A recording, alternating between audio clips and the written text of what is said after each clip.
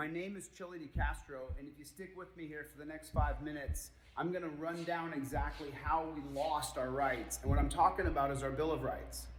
The first 10 amendments of the Constitution. The way we lost our liberty, the way we lost our due process, the way we lost our freedom in this country. It's all going to end up going through Terry versus Ohio. It's all going to end up going through Terry versus Ohio. But what I'm going to teach you today is the etymology, the history of exactly how we lost our rights and exactly why we must change this system. The system will not work. It will never work. This system will not work because it's based on jurisprudence and stare decisis, meaning that all case law is based on previous case law. And the cases previous years are far more authoritarian and racist than anything you could possibly even understand. Let me give you the etymology. So if you take a look, there's our prison system today. And the question that I always ask people is, do you think we became more criminal in 1968 when Terry versus Ohio happens? Do you think we became more criminal? No. The answer is no. The government created laws that would arrest people. And predominantly, the reason they did it was because of the Civil Rights era. This is why the government created the Terry laws that allow police to run up and grab you. They were actually created by the unelected Supreme Court. We're going to talk about that. But first, the etymology of how we got to Terry versus Ohio is the most important part. We have an unelected Supreme Court. There's the first problem right there. We have an unelected Supreme Court. It all goes downhill from there. And the reason why this is such a problem is because the unelected Supreme Court are in charge of our natural rights. When I say natural rights, I'm really talking about your right to life. And this is John Locke, Montesquieu, and Jean-Jacques Rousseau here. And your right to life is supposed to be defended by 9 appointed Christian fundamentalists or white Protestants or white supremacists or members of the KKK. I'm really not joking. There's been 100 Supreme Court personnel. A lot of them have been white supremacists or members of the KKK. I wish this wasn't true. I wish this was something I was making up. So now as I move forward in time, in Martin versus Hunter's Lacey, we can go into Marbury versus Madison where the Supreme Court bastardizes the Constitution and they take the power for themselves. But I want to get quickly to Terry as quick as I can. But I want you to understand the Supreme Court. In Martin versus Hunter's Lacey, the overall determination, just so you know, is that they're the only ones that can hear cases about our civil liberties. These unelected 9 men are the only people who can hear cases about our Bill of Rights. Your court in your town cannot hear a case about your civil liberties. You have to file a federal lawsuit because the only people who can hear cases about your constitutional rights are these unelected 9 white men. And then they threw in some women, and 2 of the 3 are horrifically terrible. So now we move forward, and when we criminalize a chemical, we don't have a prison system in America. There's no real industrial criminal system in America, a prison system in America, until we criminalize alcohol from 1920 to 1933. And then that's when we build a prison system, because we're not going to lynch all the Irish, all the Italians, and most of all the cops. The police are the biggest contributors to alcohol prohibition. They're the biggest contributors. They're either the muscle for the gangs, they're either the organization for the gangs, for Capone and Lucky Luciano, or they are the gang. They are the gang. We know this because Roy Olmsted gets caught, lieutenant in Seattle, bootlegging alcohol between Seattle and Canada, and he goes to prison, and his unjust conviction is upheld by a horrible William Hart Taft. I hate to be so negative, he's just a horrible person. And so now, in Carroll versus the United States, a 1925 case based on prohibition, the Supreme Court is going to create exigent circumstances. And what do I mean by exigent circumstances? I mean that when they're chasing down the Carrolls, I'll zoom in. When they're chasing down the Carrolls, they have to grab them because there could be a loss of life because alcohol's poison. The FBI is poisoning it. And so when the exigent circumstances clause is born, this is based on the police being in hot pursuit of you. I don't want police in hot pursuit of Americans or anybody anymore. I want it to be filmed. I no longer want pursuits to go on at all whatsoever. I don't want police pursuing anybody. I want to film the bad people and get them out of the streets. And the third reason is to seize evidence. And this is based purely on alcohol being able to be dumped out. And you can't let them get away with dumping out alcohol. You have to punish them. This is what the Supreme Court is about. The unelected body that we do not vote for. We vote for the president, we vote for Congress. We didn't vote for Congress till the 17th Amendment in 1913. And then we voted for senators. So when they create the exigent circumstances on alcohol, that fundamentally ruins our country forever. Our country is ruined forever right here because we build an industrial prison complex that's based on the violence of the alcohol gangs. And why is the alcohol gang so vicious and rough? Because the police are involved. I'm not kidding. Read the Wickersham Commission. The reason why the alcohol gangs are so disgusting is because of the police. The Wickersham Commission is not just one volume, it's like 23 or 24 volumes. It's like reading 6 editions of War and Peace. You can only scan it, you can't read the whole Wickersham. But the reason why is because it goes into deep understanding that the police have ruined our country, and they continue to ruin our country. They enforce things that are completely unjust, like exigent circumstances. We don't need you raiding people's houses. We don't need, if there's someone being kidnapped or something like that, loss of life, but this is based on alcohol. And alcohol is being poisoned by who in 1925? By J. Edgar Hoover, the FBI. That's who's poisoning the alcohol bottles in the barrels. It's J. Edgar Hoover. And the feds, because they can't get a handle on alcohol. They can't get it because they just don't get that you can't prohibit anything from Americans. It doesn't work. How's it going now, trying to mandate things to people in the United States of America? How's that going? Are we on the verge of a civil war? I think so. So now we have the industrial prison complex built right here, based on alcohol and based on how violent the alcohol gangs are. And like I said, the gangs are full of cops. So now, because the exigent circumstances clause has been born, when Harry Anslinger inherits his father-in-law's fortune, Andrew Mellon is the Secretary of Treasury. When he inherits his fortune, and he's the head of the Federal Narcotics Agency, this man right here, what he does, he then goes after marijuana like a badger on a log. I don't know what to say. You name it, like white on rice, like stink on poop. You name it. He went after criminalizing cannabis and changing the name to marijuana, because when the Marijuana Tax Act passes in 1937, the same year that it passes, Andrew Mellon dies and he becomes the heir to the throne. $19 million he dies with in like 1970 or something like that, 69. And so now that he's going to go after criminalizing marijuana, the exigent circumstances clause is going to be attached to marijuana. The same stuff most of us smoke now. Half of people smoke marijuana openly. Admit it. So then in the 1961 Convention on Narcotics of Drugs, Harry gets the World Health Organization to come in and say that marijuana will turn your kid into an axe murderer. It'll make you a feeble-minded, unconscionable killer. And the World Health Organization comes in and chimes in on that. And you wonder why people don't trust them. What about the FDA? Did the FDA help criminalize marijuana? Yes, they did. The FDA tried to criminalize marijuana through this guy, Warren Campbell, for years and years and years. Always trying to criminalize marijuana. And for what? For big business, for the Standard Oil fossil fuel business. It has nothing to do with our freedom. But now that they can criminalize a chemical, alcohol, and they can lock up millions and millions of people can die. I mean, millions of people died from the alcohol game. And tens and hundreds of thousands were locked up. And so now right here at the single convention on narcotics drugs, which Harry Anslinger hosts in Manhattan, he hosts it. And then he gets the World Health Organization to come in and say that the marijuana will turn your kid into an axe murderer. You still trust them? In 1963, in Kerr versus California, the cops just take the key and walk into the Kerr's house based on exigent circumstances. What's the exigent circumstances? The Kerrs are marijuana dealers.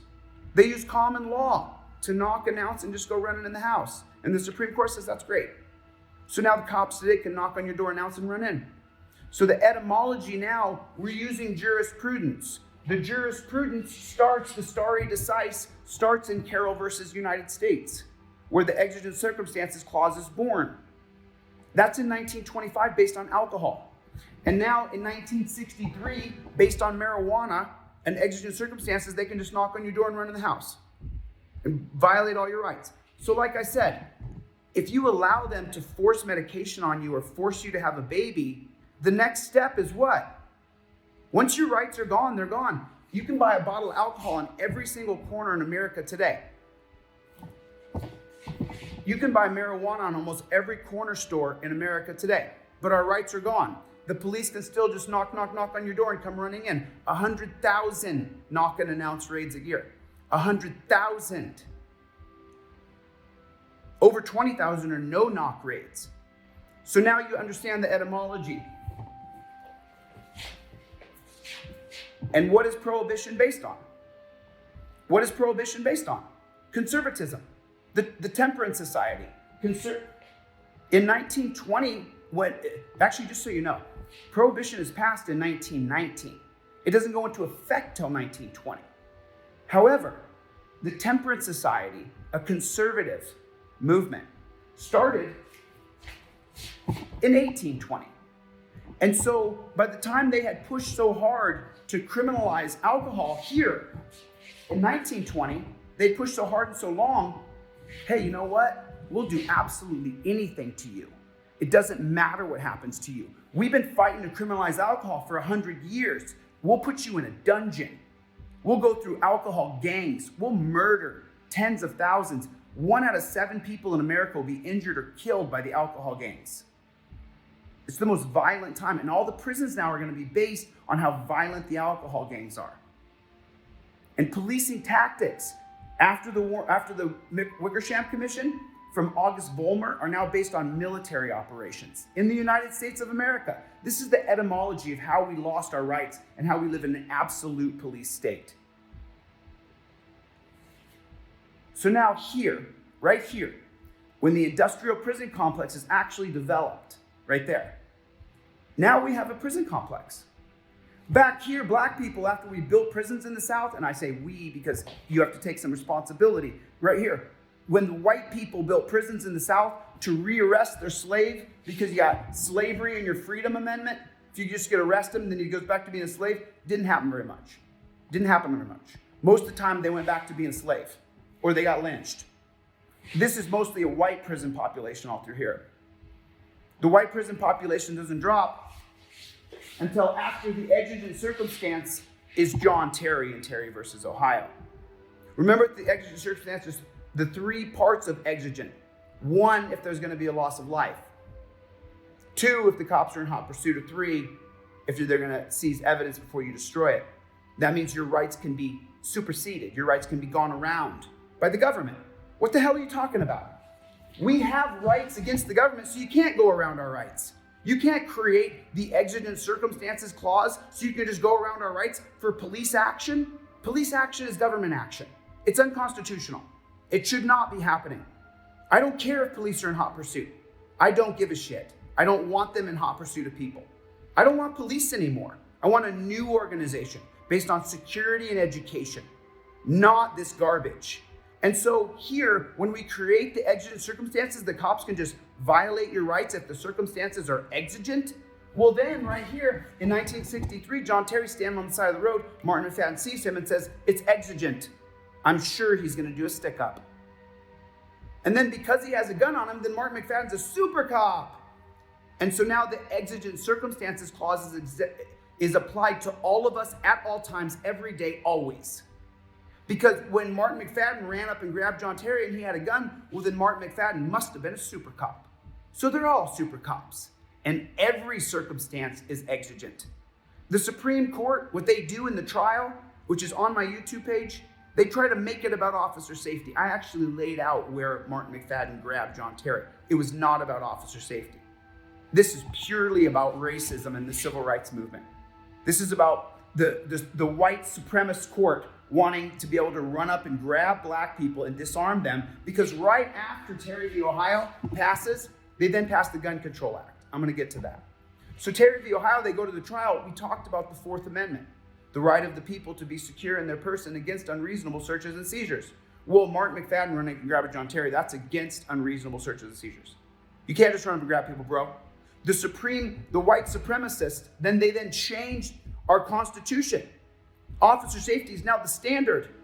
It is now your Bill of Rights. Officer safety is the most important thing. And how do you know that? Because then every law that spawns from Terry is a death law based on officer safety. You had a right to life, not if officer safety is in question. You had a right to run away from police. Nope, not if they're afraid they can shoot you as you run away. What about sitting in your house? Nope, they can kick your door down if they're afraid that you're going to hurt them while you're in your house. I swear to God, that's what it says. Wilson versus Arkansas, the cops are going to raid your house. For what? Why are cops raiding your house? Do you have kidnapped children in there? Why are police raiding your house? How many kidnapped children are in there? No, they're raiding your house for chemicals because the war on drugs from Richard Nixon. And we know Richard Nixon lied. It was all about arresting black people and hippies. He admitted it. He said it himself. He said that John Ehrlichman, Ehrlichman, he said Richard Nixon wanted to arrest black people and hippies. He said blacks and hippies. And so he created the war on drugs. We know that. Why are we still living in this nightmare? This idea that we can criminalize chemicals. So then Wilson versus Arkansas, it says that police cannot no-knock raid your home unless it's for officer safety. And they need to raid your home. They need to raid your home. How many kidnapped people do you have in there? How many people have you cut into pieces? Why do they need to raid your home? We live in a digital era. Why can't they film your home? Why can't they film you? And why do we have to get people for drugs? Leave them alone. Leave them alone. They say they can no-knock raid your home based on their safety. And that's an extension of Terry versus Ohio. So let's get into Terry just a little bit.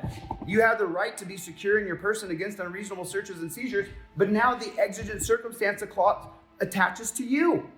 When the police officer sees you on the street, if he's reasonably suspicious of you, that becomes an exigent circumstance because you could be armed. And so he has to grab you right away. How many videos am I posting where the cops are running up and just grabbing people right away? No words, just grabbing people. That's Terry. That's not walking while black. Wren versus United States says the cops can pull you over if they're suspicious of your car. That's an extension of Terry. These are all Terry. These are all Terry. These are all Terry. He's Terry. Eric Garner's Terry. Elijah McClain was Terry. Terrence Crutcher was Terry. Sandra Bland was a Terry stop. James Boyd was Terry. Brandon Ellingson was Terry. I'm gonna cry. I gotta stop. Ronald Green was Terry. Jesus Christ. So we have got to get back to a place where when we see people get murdered by police, it's not legal. We got to get to a place where when you see people getting murdered on camera, it's not legal. It's illegal to kill people. It's illegal for cops to kill people. Why aren't you as mad as me? Why aren't you as fired up as me? How many people have you recruited and told them, I saw a graphic, I saw an image, take a screenshot of the video. I saw a graphic, it was plain as day. After Terry versus Ohio, everybody went to prison and everybody died. And the cops aren't getting prosecuted. This whole thing, the whole court system's a scam. It has to be torn to the ground and redone. So we got 9 people who we don't elect, who are going to listen to all cases about our civil liberties, but we have thousands and thousands of judges to throw people in dungeons, and these are no longer sweet places, if they ever were. These are now a dungeon where you get raped, where you get beat, where you get held down and raped as a man. That's what happens here. And what'd you do wrong? Cop didn't like you. What are you talking about? Martin McFadden looked over and saw John Terry and said, I don't like him. That's his testimony. William O. Douglas wrote a dissent and said, we're going to a path down to tyranny. Terry v. Ohio allows the police to be the person supporting by oath or affirmation. Let me tell you what I'm talking about specifically. I want to get really into specifics here. So the Fourth Amendment, and read this clear here, right? The Fourth Amendment's the right of the people to be secure in their person against unreasonable searches and seizures shall not be violated. And this is where it gets really hokey and really crazy for Terry versus Ohio. And no warrant shall be issued but upon probable cause. So if a warrant's going to be issued, you had to have broken the law. How can you issue a warrant without a law being broken? So now we actually understand the definition of probable cause is when you have broken the law because a warrant can be issued. And then that's going to be supported by oath or affirmation. So in other words, a warrant's being issued because there's been a law broken, and then here comes the witness supporting by oath or affirmation that you've made them a victim. And then it's going to particularly describing the place to be searched and the person or things to be seized. Particularly describing the place to be searched and the person or things to be seized. And now with the war on drugs, the police are every person in the Fourth Amendment. This is what I'm talking about. So Terry v. Ohio puts reasonable suspicion, replaces that probable cause supported by oath or affirmation. No warrant shall be issued but upon probable cause. Terry changes it to reasonable suspicion. No warrant shall be issued but upon reasonable suspicion. And not supported by oath or affirmation by the victim, supported by oath or affirmation by the cop. He swears he was reasonably suspicious of you, and that's why you had to be put in handcuffs, and that's why you had to be thrown on the ground. That's Terry versus Ohio. I'm not kidding. It completely and fundamentally changes the Fourth Amendment. That the police can grab you based on their suspicion, arrest you, and the Supreme Court's going to call it detained, but it's arrested, put you in handcuffs, torture you, question you while being tortured. And it's all constitutional because of Terry versus Ohio. And Terry versus Ohio is based on the stare decisis of the common law of Kerr versus California. That's based on the bad World Health Organization. That's based on the bad ruling of Carroll versus United States, where the government decides they can go around your rights. The rights are intended to defend us from the government.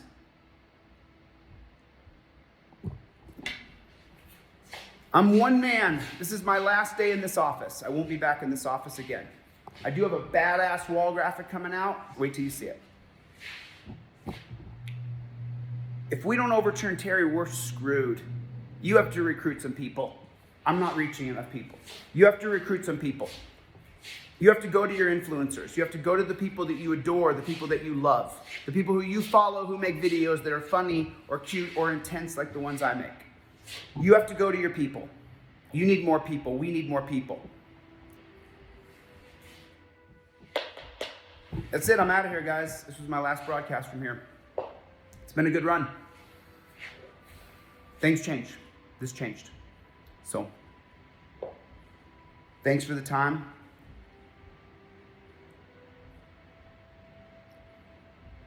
I don't really have much else.